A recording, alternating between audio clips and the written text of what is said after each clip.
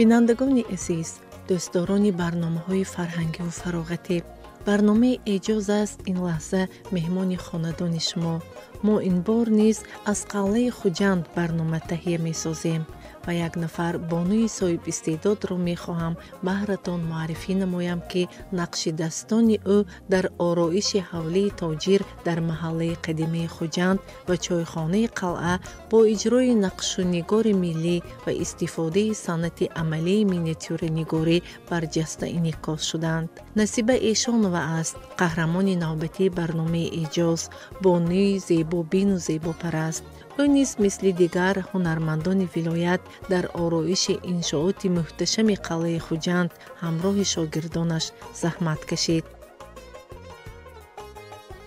اینجا حوله تاجر است و آن با یک صنعت بلند معماری ملی بنیاد گشته در آرایش خانه ها صنعت بدیعی عملی نقاشی، کنده‌کاری، گچکاری وسیع استفاده شدند. به این نقش و نگار زیبا نگرید. میدانید این عملی کیست؟ بله، این اعجاز دستان قهرمان ما نصیب ایشان و است که دوام نزدیک 2 سال ادامه یافته است. حوله های قدیمی تاجیکان از 2 قسم مردانه و زنانه عبارت بودند. ما صحبتمان را با بانوی هنر نخست در قسمت زنانه آغاز نمودیم.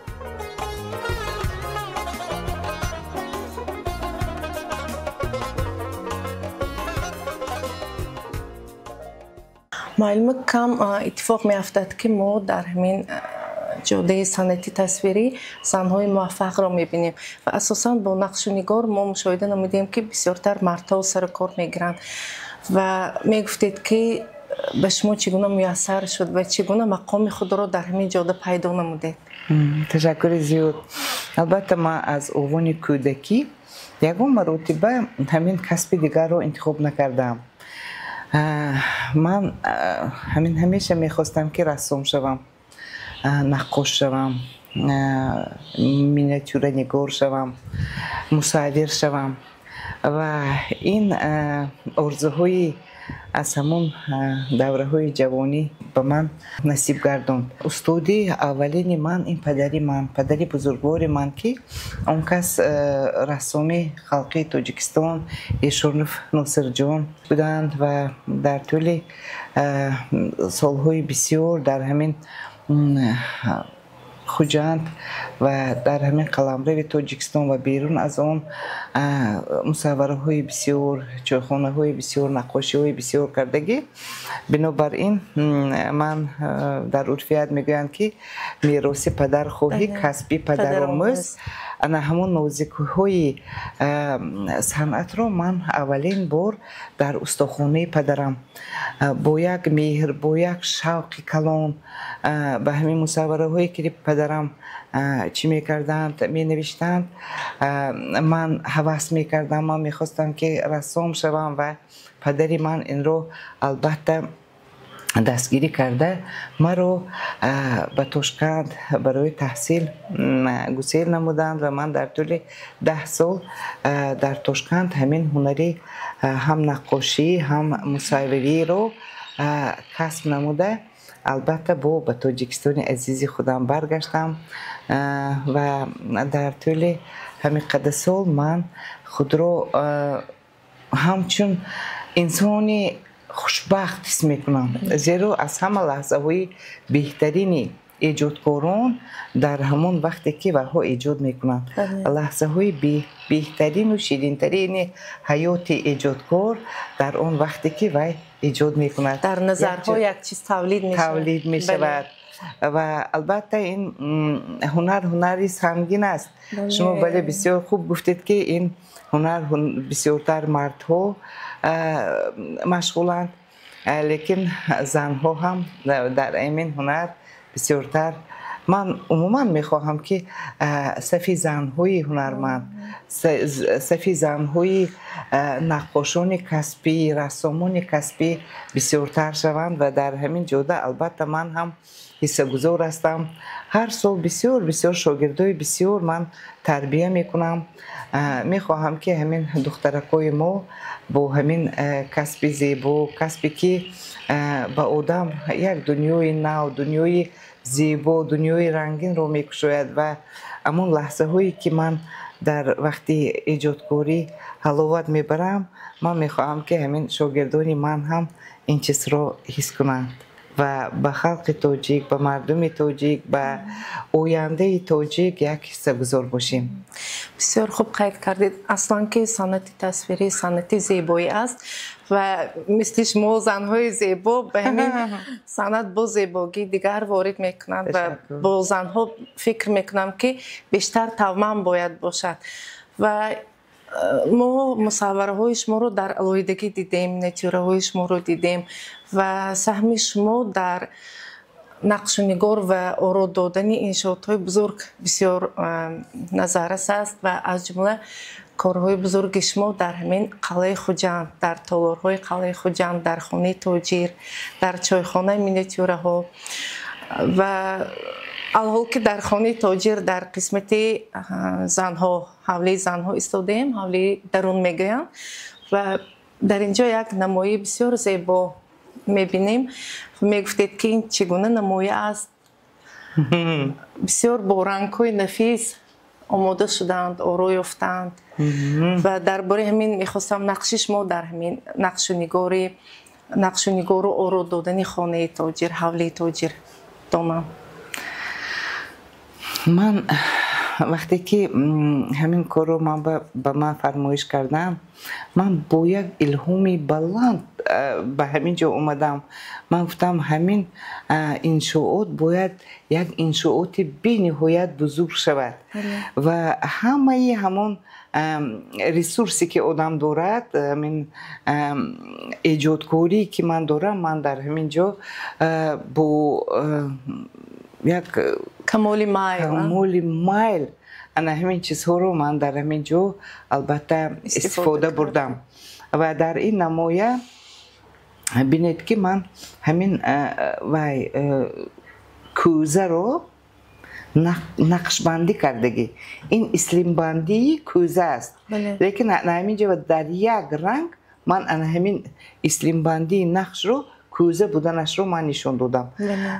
بعد سونی از همین کوزه، درون کوزه بایم من نقش و نگار است، همین پویانش بایم نقش و نگار است و از همین کوزه برآمدگی گلهایی که همین پیچ زدگی همین گیدی کوزه، انا همین چیزها رو من همینجا جای دادم و از کوزه البته همین ناز و نعمتی تاجیکستان، یعنی ناز و نعمت، گلها، همین پیچ و تابی زندگی بینید خیلی نازک، هر یک همین و هر پیچ و تاب ها من گمان میکنم که پیچ و تابی زندگی است و زنها این گلها هستند و من بسیار زنها رو با گلهای نازک توأم میدهم و این درست هم است. بنابر همین خیلی و اصلا همین نقش و نگار اسلامی گفتیم نقشهایی که به آخر هستند و در اینجا تصویر شدنی همین گل با کوزه با نقش اسلامی همون زندگی به آخر حیات زنها رو به فکرم شما همین چیز رو میخواستید؟ میخواستم همین چیز رو و هم در همین و کوزه مایده یک بسیار گلو و این هم نشانه آنی که تاجیکستان بسیار با همین واهای چیش بوی است. آغاز کار از قلم سر می شود، از آنی که ما همین کمپوزیسیون یعنی اسلیم بندی کمپوزیسیون همین چیز رو اول بنیاد میکنیم. در همینجا بسیار فکر، بسیار عقیده، بسیار یک چی میدهیم. بعد ثانی از روی کاغذ به دیوار یا به شیفت خانه آن رو میگذرانیم. بسیار خوب. میخواستم باقی مانده همین کارهای شما رو در خانه بینیم و به تماشابینان نیز نشان دهیم. مرحمت.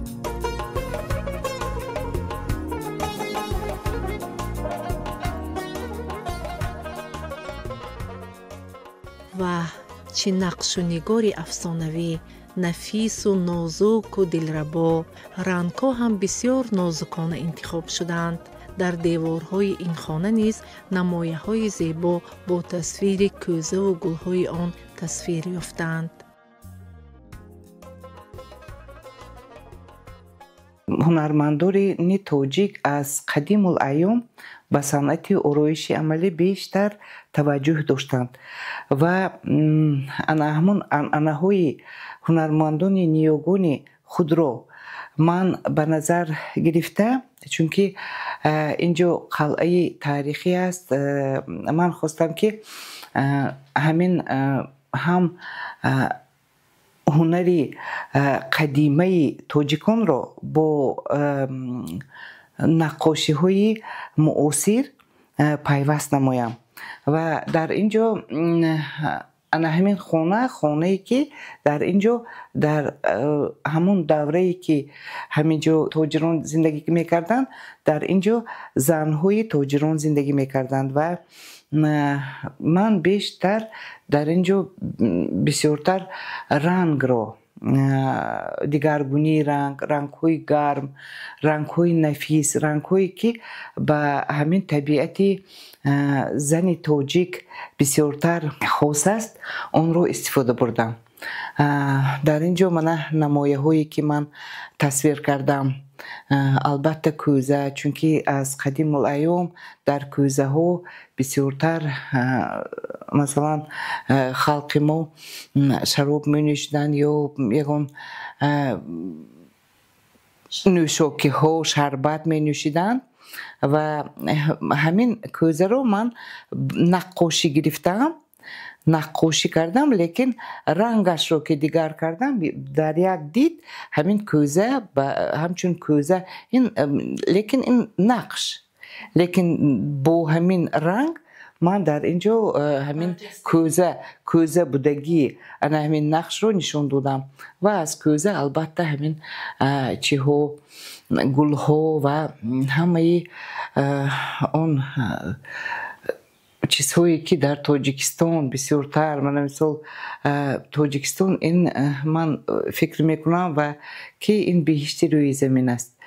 Мо ҳама чӣ дорем, ҳам меваҷот, ҳам гулҳои зебо, ҳам табиати зебо. Аз ҳар тараф ман гумон мекунам ки Тоҷикистони мо бемислу монанд аст. Ман бисёр ватани худро дӯст медорам. дар санъати наққошӣ нақшҳои ислимию ҳандасиро иҷро менамоянд. дар даврони қадим низ наққошони номӣ бо усулҳои хоси ин санъати ороишӣ биноҳоро нақшунигор мекарданд ва ҳамин усули қадима то имрӯз побарҷост ва ҳунармандони имрӯз ба мисли насиба эшонова кӯшиш доранд ин санъати зебои амалиро ба наслҳои оянд бегазанд ба мерос гузоранд. тоҷикон албатта нақши ислимиро бисёртар истифода мебаранд, зеро ки ислим ин худ як асоси наққошӣ мебошад. Асоси жанри наққошӣ ин ислимбандӣ аст. вақте ки ҳунарманд ислимбандиро бисёр як хуб бо як маҳорати баланд иҷро мекунад, яъне ки вай наққоши касбӣ ҳисоб меёбад. инҷо бошад меҳмонхонаи ҳавлии қадима аст ки он дар қисмати асосӣ, яъне қисмати мардона мавқеъ гирифтааст. нақшу нигори шифти ин хона аз нақшу нигори хонаи занон аз ҷиҳати интихоби рангҳо тафовут дорад, мегӯяд ҳунарманд. дар инҷо рангҳои хунук бештар истифода шудаанд. корҳои ороишии қалъаи Хуҷанд аз ҳамин маҳаллаи кӯна, аз ҳамин хонаи тоҷир оғоз гардид ва ман бисёр бо як илҳоми баланд, бо як ҳисси ватандӯстӣ ки дар ҳамин Хуҷандшаҳр ҳамин хел як маҷмеъаи бениҳоят баҳашамат, нотакрор кор мекунам, барои ман бисёр як бо як ғурури миллӣ ман дар инҷо кор кардам ва насиби ман ба ҳамин хонаи тоҷир расид ва ман чӣ хеле ки гуфтам, хонаи занҳо, хонаи мардҳо, яъне дуюм ҳавлӣ, ин ҳавлие ки дар онҷо занҳо ва мардҳо, фарзандон зиндагӣ мекарданд ва ҳавлии ҳавлии якум дар инҷо меҳмонхона یعنی من وقتی که انا همین نقاشی رو آغاز کردم، من به فکر در آمدم که خانه زنها باید چخل شود، خانه اون فرزندان و مردها باید چخل شود و خانه البته مهمان خانه. چلی که میگویند ما با مهمان خانه بسیارتر توجه ظاهر میکنیم، زیرا که ما بسیار خلق مهمان دوست هستیم. ما همه چی که بهترین است ما به مهمان پیشنهاد میکنیم و همین فکرها منو وادار ساخت که همین شفتی خانه تاجر رو بسیار یک با مهارت بلند و با همه آن عنصرهایی که در نقاشی هست آن رو استفاده برم. یعنی اگر بینید هم اسلام بندی، هم قش بند، هم یکه بند و هم آن بندهایی که پیچ توب زندگی رو انعکاس میکنند من در اینجا نشان دادم و بسیار نقش بندی بسیار با پیچ و توب، یعنی هر یک نقش بندی اون رو من وقتی که نقاشی میکردم ما با شاگردان خود، البته من بسیار شاگردان خود رو در اینجا تربیت کردم، در عمل آنها بسیار چیزها رو از من یاد گرفتند و در همین جا ما وقتی که همین نقاشی رو می کردیم بسیارتر ما موسیقی مناجات رو گوش می کردیم، زیرا که انا همین نقش و نگاری ما انا همون مناجات، یعنی موسیقی نوتکرار مناجات که و یگون محدود ندارد، یک چیزی البته دلنواز است. انا همین چیزها رو گوش کرده انا همین نقش بندی رو ما اجرا میکردیم.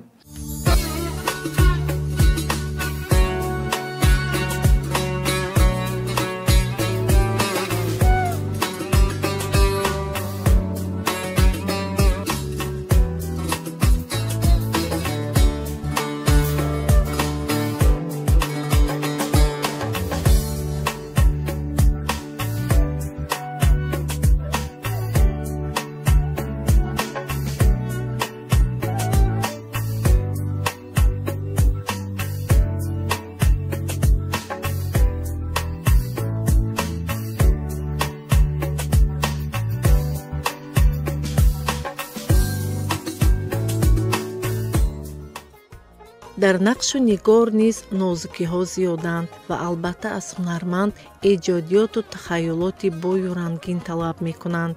قهرمان ما که رسام و مصور حرفه‌ای است، هر نقش را با صنعت بلند بدیعی اجرا کرده است. نازکی‌های نقش بسیار است، زیرا که در اینجا البته رنگ نقش کلان رو بازی میکند.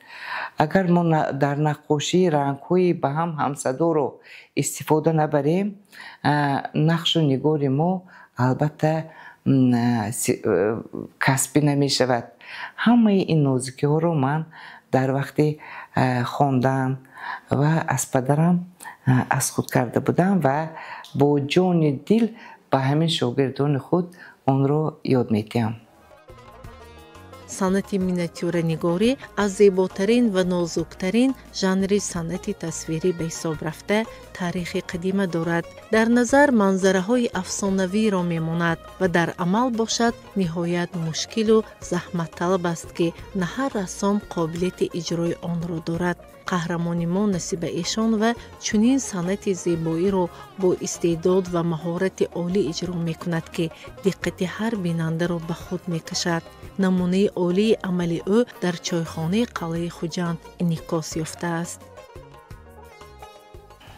البته من همچون رسام در بسیار ژانرهای صنعت تصویری هنرنمایی میکنم، زیرا که 10 سال برای کسب آموزی من در تاشکند تحصیل کردم و از همون استادان بهترین رسامان ازبکستان من بسیارتر همین هنری هم مینیاتور نگاری، هم نقاشی و هم مصوری رو از اونجا از خود کردم و باید گفت که مینیاتور نگاری این بسیار ژانر قدیمی است و پایه‌گذاران این ژانر قدیمی تاجیک این مونی بزرگ و بهزاد بزرگ می باشد که در آن مینیاتورهایی که آنها انشا کردند اثرهای عصر باقی مانده است و برای از خود کردن مینیاتور من بیشتر از همین مینیاتورهای بهزاد، مونی بسیار چیزها رو درک کردم و این ژانری به نهایت بزرگی که به خلق تاجیک تعلق دارد مینیاتور نگاری من خواستم در همین قلعه خوجند همین ژانر رو استفاده برم، یعنی نشون دهم. در چایخانه قلعه خوجند یک چند مینیاتور که من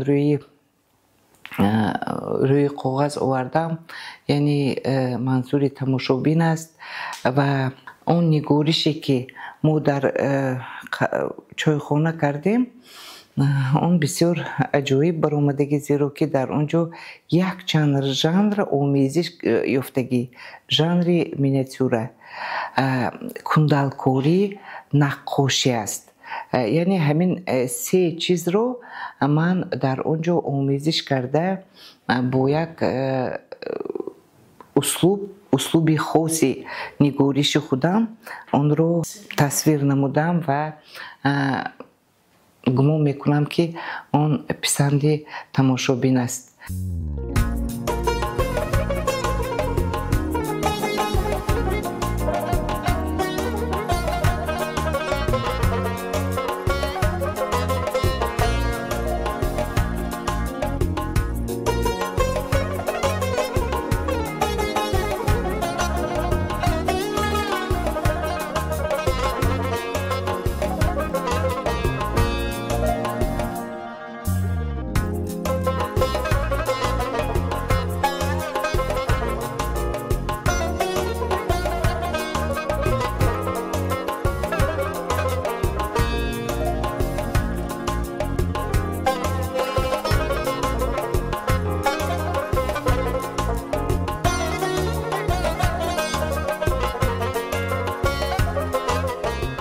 این مینیاتوری که من در همین چایخانه استفاده بردم اون از مینیاتورهای قدیمه کمتر فرقیت دارد، زیرا که یک سبکی معاصر رو هم من در اینجا، یعنی آمیزشی همون مینیاتورهای قدیمه و سبک صنعتی معاصر رو در اینجا استفاده بردم و ابرزهایی که من در اینجا دادم این ابرز حاج کمال خوجندی و ابرزهای زنهایی که زن عموما سرچشمه حیات است. در همه مصوره های من البته من زن رو در اونجا تصویر میکنم و انا همین در چایخانه خواستم که البته اینجا جایی که آدمان اومده هم استراحت میکنن هم خوراک میخورند و خواستم که از همین نگارش هایی که من در همین جا تصویر کردم اونها حلاوت برند، یعنی هم استراحت معنوی و هم استراحت معیشی گیرند. نصیب ایشان و از کار انجام دادهش در این بینای محتشم عصر قلعه خوجند به نهایت خوشحال است، زیرا او در رشد صنعت و فرهنگ ملی نقشی باسزای خود را گذاشت. هر چی که ما روی کاغذ می آوریم، هر چی که ما نگارش میکنیم برای خلق است، برای آینده است و خوشحال از اون هستم که همین کسب رو پیشه کردم و در همین خیل مجموعه های تاریخی یعنی نقش دستان خود را گذاشتم. من بسیار منتداری خود را به پیشوای معظم ملت، به رئیس ولایت که همین خیل انشاءات بزرگ عصر را انشاء نمودند و به ما امکانیت دادند که ما در همین جا هنر خود را نشان دهیم. بسیار منتداری خود را میرسانم، زیرا که در اینجا بسیار هنرمندان هنرنمایی کردند و با یک الهام خوبی ایجادی در اینجا همین کارها به انجام رسید. نصیب ایشان و در برابر مصوری کسبی بودن همچنین استاد فاکولته صنعت تصویری و دیزاین دانشگاه دولتی خوجند به نام اکادمیک باباجان غفورов است. همزمان او اتفاق رسامان ولایت سوخت را راهبری میکند و در تشکل حوزه سوختی رسامان با تربیه رسامان جوان ایجادکار حصه میگذارد. معلوم شما که امروز همچون راهبری همچون رئیسی بخش سوختی اتفاق رسامان هستید. میگفتید که امروز حوزه رسامان ولایت سوخت در کدام سطح است؟ در سطح خوب است، زیرا که انمی خیلی انشاءات های بزرگی عصر اگر چی بنیاد یافته استد. البته همه رسامان در اینجا اساساً رسامانی همین ولایت سوخت در اینجا هنرنمایی کردند و جوانان بسیار داریم، بسیار جوانان بالای قد داریم و همه با کسب و کار و ایجادکاری خود البته مشغول هستند و ما دیروز یک شروع اتفاق رسامان رو گذراندیم. یک چند جوانو رو به صفی اتفاق رسامان تاجیکستان شامل کردیم و خوشبختانه من میخواهم گفت که البته این کسب قدیم است و بسیار جوانای ما به این کسب توجه بسیار دارند.